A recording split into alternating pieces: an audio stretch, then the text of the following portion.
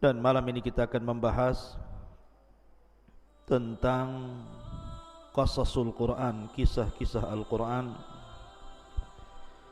di mana kita akan membahas malam ini cerita tentang kaum Saba.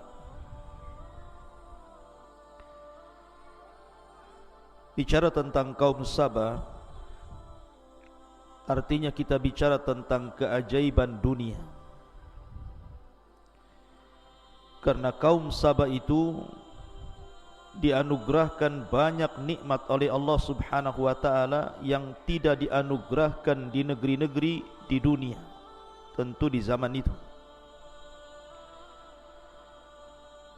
Makanya kemudian Allah Subhanahu wa taala abadikan kisah ini di dalam Al-Qur'anul Karim sampai Allah memberi nama satu surat dalam Al-Quran yang disebut dengan surah Saba. Saking pentingnya kisah ini. Dan kisah ini diceritakan oleh Allah Subhanahu wa taala dalam surah Saba itu sendiri, mulai daripada ayat 15 sampai ayat 19. Bagaimana kisahnya? Nanti saya bacakan ayatnya, kemudian kita jelaskan. Namun sebelumnya kita akan berkenalan dulu siapa Saba itu, sampai negerinya disebut negeri Saba. Dahulu di Yaman, tepatnya di Son'a, ada seorang raja namanya Amir. Ada yang mengatakan namanya Abdus Syamsi. Lah Abdus Syamsi ini ataupun Amir nama lain daripada Saba. Dialah yang menguasai Son'a dari kabilah Qahtan. Kemudian setelah berdirinya sebuah bendungan, mungkin bahasa kitanya irigasi, di daerah Ma'rib, tempat saya belajar di sana, maka mulailah kemudian Ma'rib dijadikan ibu kota kala itu oleh Raja Saba yang namanya Abdus Syamsi ataupun Amir ini. Makanya Ma'rib dikenal sampai hari ini dengan bendungannya itu. Bahkan sewaktu saya belajar di satu tempat namanya Bene Dobian, di belakang markas itu, kayak kita di sini pesantren di sini, di belakangnya itu pas ada sungai namanya Sail Arim namanya, yang nanti disebutkan dalam Al-Quran. Jadi kalau seandainya Sad Ma'rib itu, artinya bendungan Ma'rib itu dibuka, kemudian airnya melimpah, itu seperti banjir besar itu. Jadi jalan raya jadi sungai. Nanti kalau ditutup lagi bendungan itu, kemudian airnya surut, maka membuat genangan-genangan di tempat-tempat yang agak rendah. Nanti di situ banyak ikan di situ.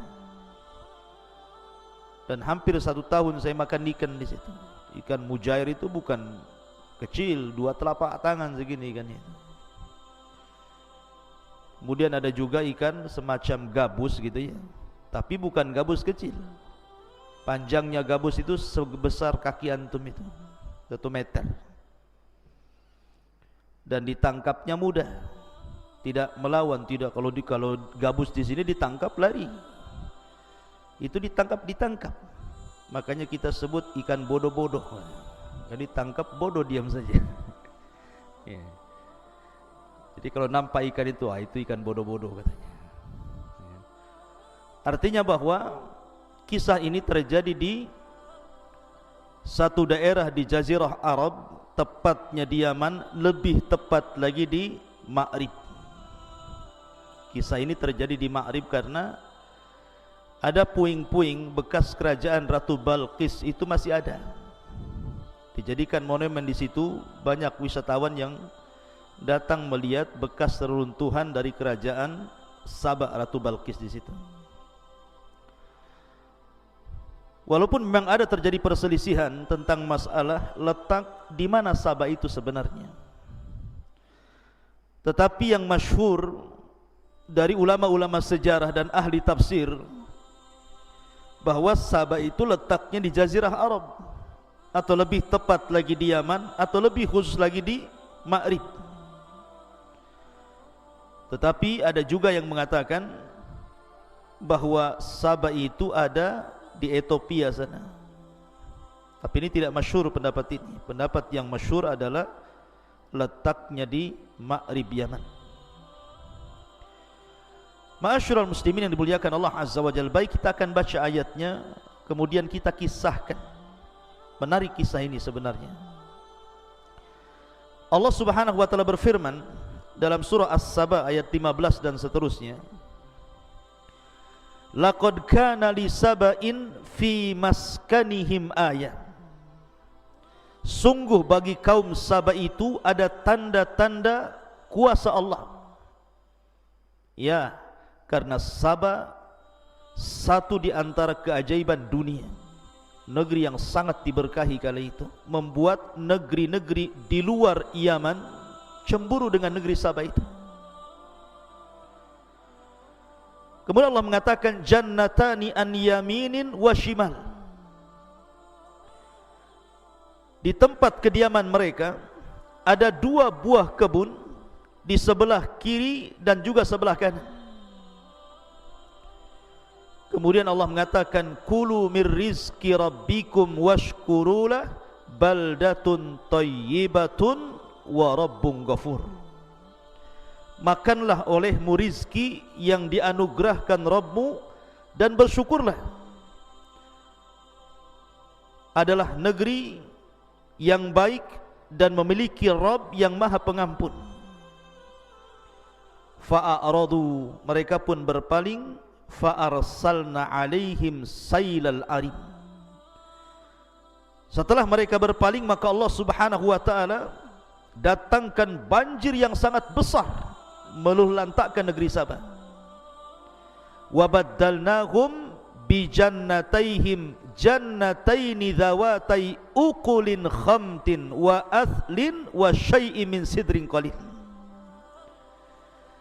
Kemudian kebun yang tadinya indah, rindang dan begitu seterusnya, kami ganti kedua kebun itu dengan kedua kebun yang ditumbuhi pohon-pohon yang pahit dari pohon asal, kemudian juga pohon sidr. Jadi di situ ada pohon pahit namanya khamtin, kemudian pohon asal, kemudian pohon sidr. Nanti kita jelaskan tiga pohon ini. Kemudian Allah mengatakan dzalika jazainahum bima kafaru wa hal nujazi illal kafur. Allah mengatakan demikianlah kami berikan balasan kepada mereka karena kekafiran mereka, dan kami tidak menjatuhkan azab melainkan hanya kepada orang-orang kafir. Ikhwatu fiddin muliakan Allah Subhanahu wa taala. Kita akan ceritakan sebab nuzulnya dulu ya. Jadi sebab nuzul ayat ini, asbab nuzul ayat ini, Nabi SAW menceritakan tentang kisah kaum Saba ini kepada orang-orang Quraisy. Kenapa Nabi SAW menceritakan kisah ini kepada orang-orang Quraisy? Karena Allah Subhanahu wa taala sudah banyak memberikan nikmat kepada orang-orang Quraisy itu. Pertama, Quraisy itu memiliki Baitullah Al-Haram. Di situ ada Ka'bah yang dimuliakan sejak zaman Ibrahim. Kemudian yang kedua, Allah amankan negerinya. Karena setelah peristiwa Abrahatul Asram yang menyerang Ka'bah kemudian diazab oleh burung ababil, maka kabar tentang azabnya Abraha ini kemana-mana. Sehingga kalau ada orang-orang Mekah keluar, baik ke Yaman ataupun ke Syam, dalam perjalanan mereka aman. Tidak berani ada orang ganggu, takut diserang burung ababil. Kemudian juga mereka diberikan rizki yang melimpah. Makanya Allah Subhanahu wa taala abadikan nikmat orang-orang Quraisy ini dengan firman-Nya li'ila fi Quraisyin ila fihim rihlatash syita'i was-saif falyabudu rabb hadzal bait alladzi at'amahum min ju'in wa amanahum min khauf. At'amahum min ju', mereka aman dari kelaparan seperti kaum Sabah, dan mereka diberikan keamanan dari rasa takut seperti kaum Sabah. Artinya Nabi SAW seolah-olah ingin mengatakan, kalau nikmat Allah yang Allah anugerahkan kepada kalian tidak ingin hilang kepada kalian, bersyukurlah kalian. Dengan cara apa? Falyabudu rabb hadzal bait, sembah Rabb pemilik Ka'bah ini. Maka Nabi SAW mengingatkan tentang kaum Sabah ini agar orang-orang Quraisy itu jangan kufur nikmat. Lalu seperti apa nikmat yang Allah anugerahkan kepada kaum Sabah itu, sampai Allah abadikan ceritanya dalam Al-Quran. Ma'asyiral muslimin yang dimuliakan Allah Azza wa Jalla, sebelum kita ceritakan nikmat mereka, saya akan sebutkan satu hadis tentang kisah Sabah ini dari Nabi SAW. Hadis ini dari Abdullah bin Abbas radhiyallahu anhuma. Inna rajulan sa'alan Nabi SAW anis Sabah. Jadi ada orang laki-laki datang kepada Rasul bertanya tentang Sabah. Ma huwa Sabah itu? Arajulun am imra'atun am ardun? Sabah itu apa wahai Rasul? Apakah dia seorang laki-laki? Apakah dia seorang perempuan? Apakah dia berbentuk tanah? Sabah itu apa sih sebenarnya? Maka Nabi SAW mengatakan, bal huwa rajul. Sabah itu seorang laki-laki, seorang raja. Walada asyratan, memiliki 10 anak. Fasakanal Yaman minhum sittah.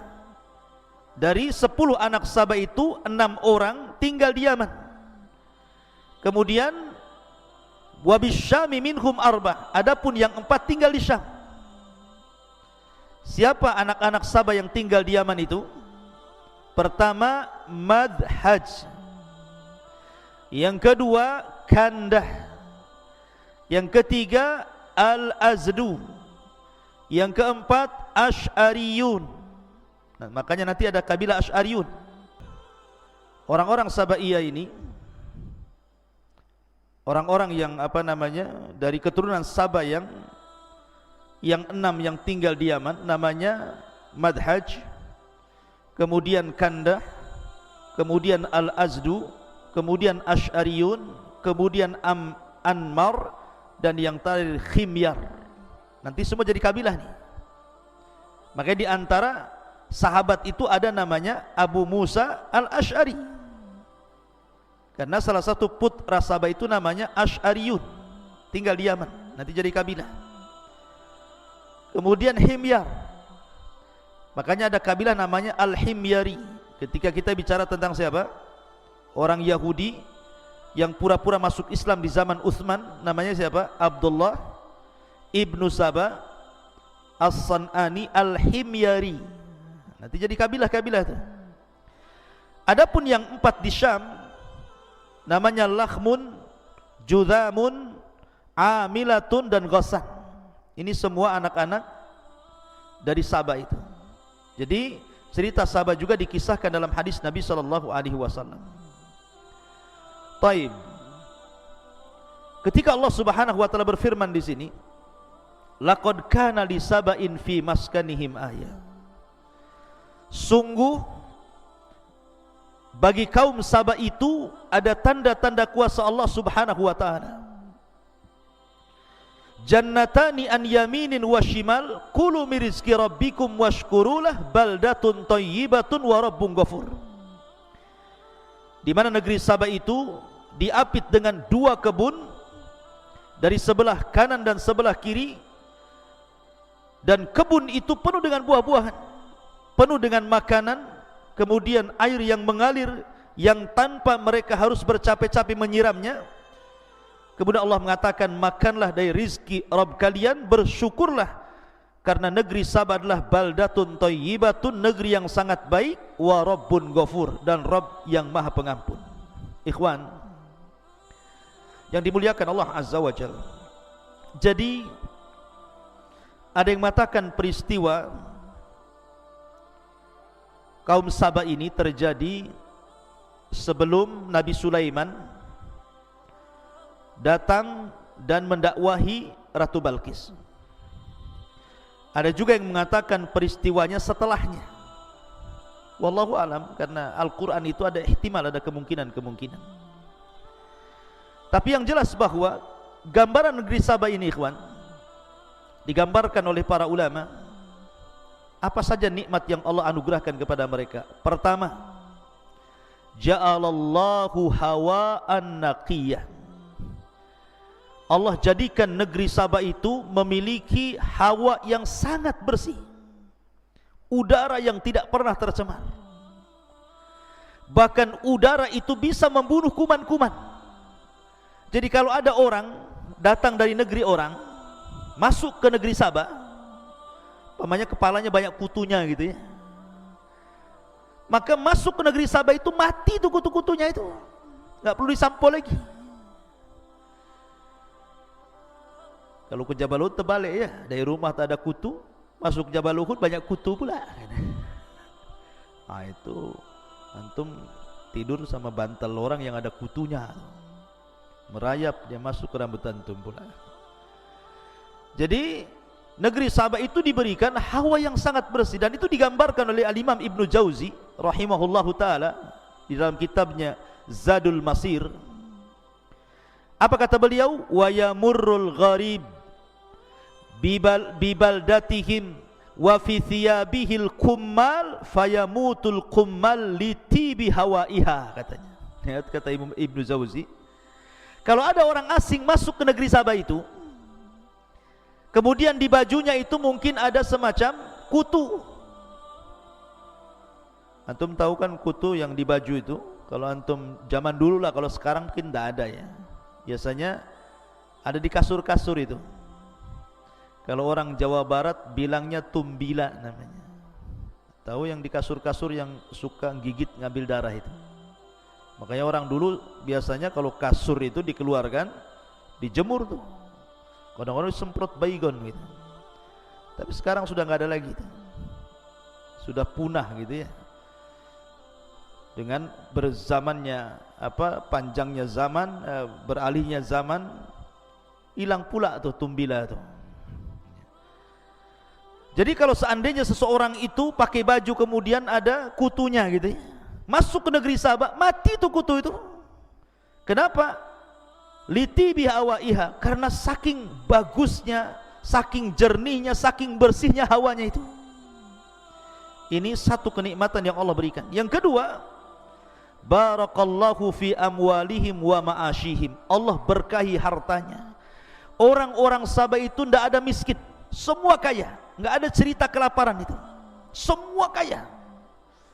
Makanya kenapa negeri Saba itu luar biasa, tidak ada kejahatan, karena tidak ada pencurian, tidak ada perampokan. Mau ngerampok apa, semua kaya. Karena sebab merampok itu gara-gara kemiskinan kan itu ya. Semua kaya. Allah berkahi betul kehidupan mereka dan harta mereka. Semakin hari semakin kaya, semakin kaya. Kemudian yang ketiga, lam yara ahlus Saba la fi buyutihim wala fi jannatihim hasyarat. Orang-orang Saba itu, mereka tidak pernah melihat di rumah-rumah mereka atau di kebun-kebun mereka hasyarat. Hasyarat itu apa? Hasyarat itu binatang-binatang kecil, binatang-binatang yang merayap. Mungkin semacam kecoa, cacing, kalajengking, apalagi, pokoknya enggak ada. Semut itu enggak ada. Apalagi titinggi ataupun kaki 2000 atau apa, kan banyak tuh, ya kan?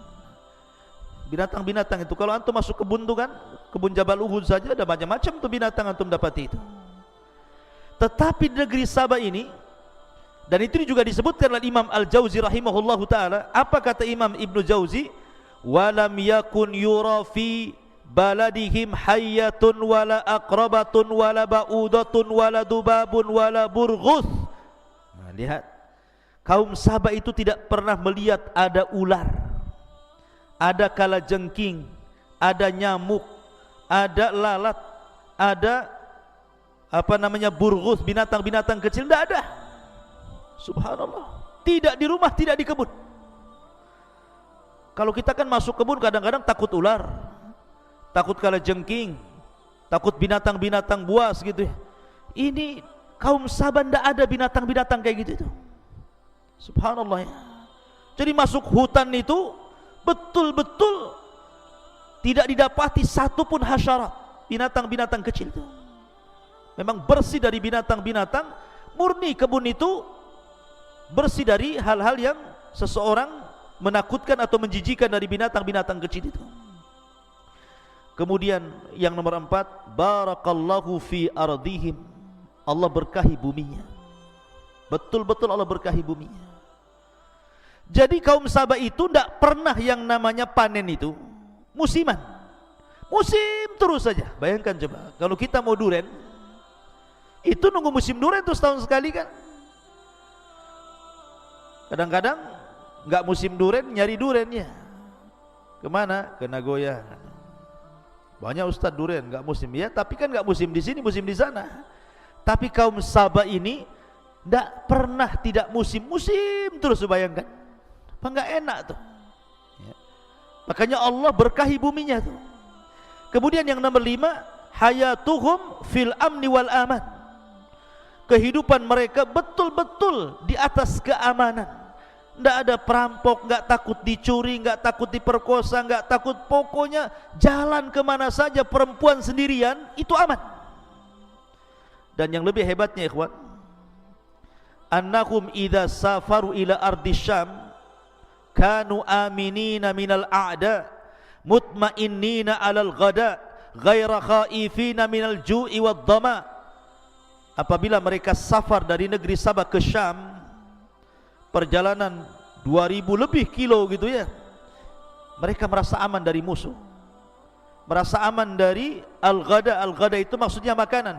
Kalau orang sekarang mau safar ikhwan, pasti membawa perbekalan kan. Jangankan safar jauh ke Barelang saja, kita udah siap-siap tuh, beli minuman, bawa makanan, bawa ikan bakar gitu ya, daging bakar, sate bakar, semua bakar gitu ya kan.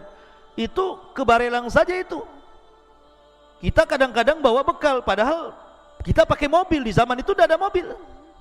Tetapi orang-orang Saba ini kalau safar nih sejauh dari Yaman ke Syam itu tidak perlu bawa makanan, tidak perlu bawa minuman, karena mereka hanya satu jalur saja. Jadi jalan mereka itu cuma satu, sebelah kanan kebun, sebelah kiri kebun.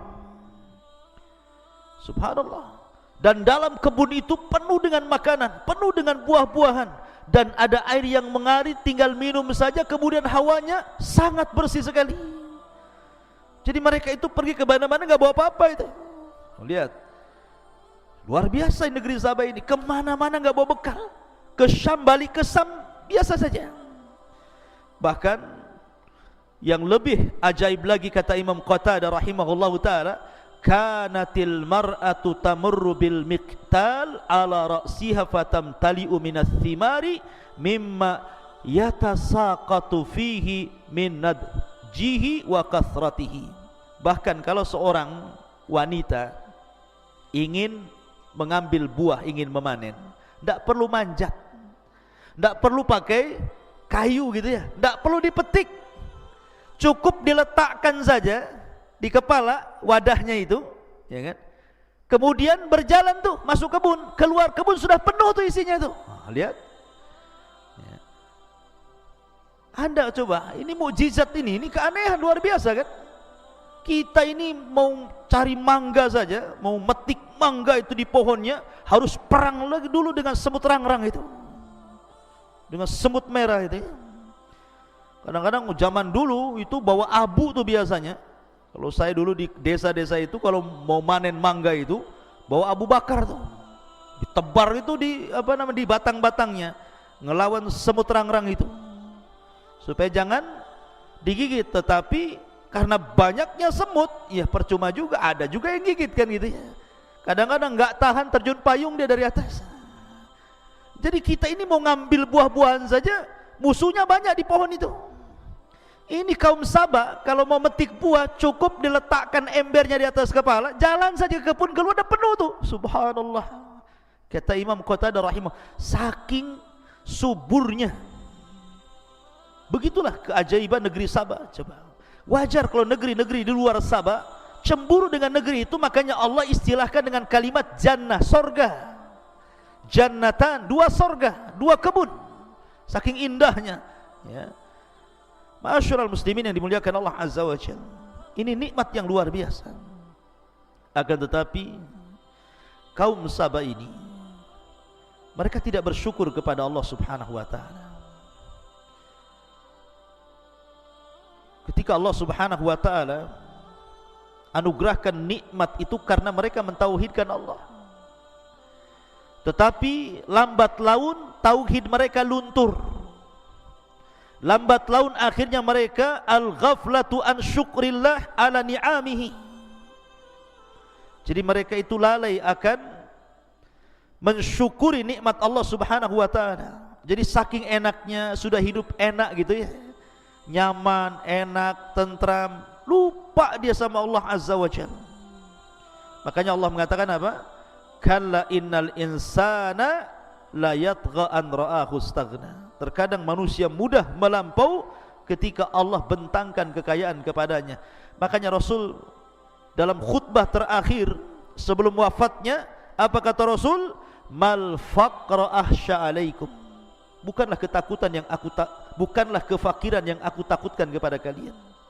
Walakin ahsya an tubsatad dunya kama busitat ala man kana qablakum fatanafasuha kama tanafasal ladina min qablikum fatuhlikakum kama ahlakathum.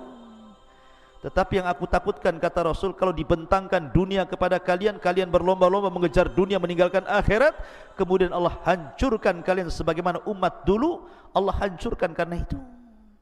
Jadi sebab pertama ketika sebelum azab diturunkan kepada mereka adalah al-ghaflatu an syukrillah, lalai untuk bersyukur akan nikmat Allah Azza wa Jalla. Yang kedua, a'radu an atba'il anbiya, mereka mulai berpaling dari mengikuti para nabi. Padahal kaum Sabah itu diutus nabi banyak sekali, tetapi sebagaimana fitrah dakwah para nabi selalu didustakan, maka sedikit-sedikit mereka pun tidak mendengar wejangan para nabi, akhirnya kufur. Kemudian mereka berubah, yang tadinya mentauhidkan Allah, belakangan mereka menyembah kawakib, menyembah bintang, menyembah bulan, menyembah matahari. Makanya ketika Hudhud kemudian terbang, kemudian melihat kerajaan Balqis, apa kata Hudhud? Inna wajadna, sungguhnya kami dapati Balqis dan kaumnya ya'buduna syamsa min dunillah, gitu, menyembah matahari dari selain Allah. Jadi mereka mulai menyembah bintang, menyembah matahari dan bulan. Kemudian juga mulailah mereka jauh dari ketaatan kepada Allah Azza wa Jalla. Kemudian yang paling parah, mulai sombong mereka. Sombong. Padahal Allah Subhanahu wa ta'ala sudah berikan nikmat kepada mereka, mereka sombong. Sebab itulah Allah Subhanahu wa ta'ala azab mereka. Bagaimana azabnya? Allah katakan fa'aradu, mereka pun berpaling. Setelah mereka berpaling, fa'arsalna alaihim, kami utus kepada mereka sailal arim. Sail itu artinya banjir, arim itu artinya besar. Ada juga yang mengatakan arim di sini, ada beberapa penafsiran para ulama apa yang disebut dengan kalimat arim dalam Al-Quran. Pertama, ada yang mentafsirkan arim di sini artinya bendungan. Jadi banjir dari bendungan itu. Ada juga yang mengatakan arim itu air yang ditampung dalam bendungan. Ada juga yang mengatakan arim itu artinya air yang sangat besar. Ada juga yang mengatakan arim itu artinya nama lembah yang dibendung itu. Ada juga yang mengatakan bahwa arim itu artinya tikus yang sangat besar, sebesar kucing, dan menggerogoti bendungannya. Gini ikhwan, jadi sebelum negeri Sabah ini diberikan nikmat, air bagi mereka itu mahal. Terkadang mereka berperang gara-gara air, memperebutkan air itu, gara-gara air itu maka kabilah-kabilah di Sabah itu mereka berperang untuk mendapatkan air. Akhirnya kemudian mereka datang kepada Ratu Balqis, menceritakan tentang kesusahan mereka dari air itu. Maka dalam riwayat, oleh Ratu Balqis inilah dibuatkan semacam bendungan di antara dua bukit besar. Jadi ada dua gunung, disitulah dibuat bendungan. Namanya bendungan dulu kan beda dengan bendungan sekarang. Bendungan sekarang kan pakai batu, pakai macam-macam gitu ya. Nggak mungkin digerogoti tikus. Kalau bendungan dulu itu kan pakai kayu gitu ya, dijajar-jajar gitu ya. Dan lembah yang dibendung itu lembah yang paling rendah. Sehingga kalau terjadi hujan, dari mana-mana tempat itu air ngalir jadi situ. Maka oleh Ratu Balqis dibuatkan bendungan antara dua gunung itu, kemudian dikeluarkan irigasi, dari situlah mengalir ke kebun-kebun. Lah sejak saat itulah Sabah menjadi kaya. Ketika mereka kaya kemudian kufur, dari sinilah kemudian Allah Subhanahu wa taala mengutus tentaranya berupa seekor tikus yang besarnya sebesar kucing. Itu pernah melihat tikus sebesar kucing? Namanya tikus got.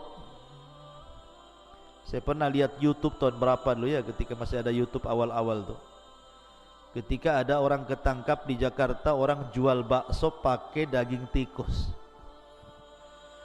Saya lihat di berita itu, tikusnya gede-gede itu. Tikus got itu. Mungkin kalau ketemu kucing, kucing yang lari itu. Tikus got itu gede-gede itu. Tapi mungkin di sini lebih gede lagi. Tapi bagaimana Allah Subhanahu wa taala kuasa? Allah tidak mengutus harimau kan? Allah tidak mengutus buaya, apalagi buaya darat. Allah tidak mengutus binatang-binatang besar, gajah, tidak. Allah kalau mengutus itu yang ringan-ringan, seperti burung ababil, burung laut, burung hitam tuh. Kemudian juga mengutus tikus. Jadi tikus ini masuk ke bendungan itu, digerogoti itu sikit. Lah orang-orang Sabah ini karena terlalaikan dengan nikmat Allah, karena sudah lama mereka kaya, mereka senang, mereka tenang, tidak pernah ngecek bendungan. Mereka tidak tahu kalau di balik bendungan itu ada tikus-tikus yang sedang menggerogoti itu. Mereka lalai dari itu, tidak pernah mengecek, tidak pernah menjaga. Sampai pada waktunya ketika satu kayu sudah jebol digigit tikus, digerogoti tikus, maka jebollah bendungan Ma'rib itu, kemudian melulantakkan seluruh kebun-kebun dan menghancurkan semua rumah-rumah. Sehingga Allah Subhanahu wa taala katakan di sini, fa arsalu alaihim sailal arimi wa baddalnahum bi jannataini dzawatai aqlin dawatai ukulin khamtin wa aslin wa syai'in min sidrin qalil. Maka ketika Allah hancurkan kebun-kebun mereka, surga mereka, maka kami ganti kebun-kebun mereka yang tadinya semua buah-buahan tumbuh, mulai daripada pisang, apel, anggur gitu ya, delima, macam-macam lah ada di kebun itu. Kemudian biji-bijian tiba-tiba Allah lenyapkan. Dan setelah hancurnya kebun mereka, Allah hanya menghidupkan 3 pohon saja. Pertama, khamtin. Pohon khamtin itu ikhwan, ada yang mengatakan cemara. Khamtin itu ada yang mengatakan pohon cemara. Cemara ada buahnya tidak? Tidak ada buahnya. Nggak ada buah cemara. Kalaupun ada buahnya, pahit rasanya. Siapa yang mau makan buah cemara? Ya. Ada juga yang mengatakan pohon besar, khamtin itu besar, kemudian berduri, hanya bisa untuk naungan saja, nggak ada buahnya. Ini yang pertama. Yang kedua, wa aslin, ukulin khamtin, kemudian wa aslin. Ada yang mengatakan aslin di sini, kata para ulama, sejenis pohon yang hanya bisa digunakan untuk naungan saja. Jadi kalau khamtin, ya jenis pohon yang sangat pahit gitu ya. Kemudian aslin itu juga pohon tapi tidak ada buahnya. Kalaupun ada buahnya nggak bisa dimakan. Kemudian yang terakhir khamtin, kemudian apa lagi? Wa aslin wa sidrin. Jangan ngobrol. Wa sidrin, pohon bidara. Sidrin itu pohon siwak. Ada yang mengatakan pohon siwak ya.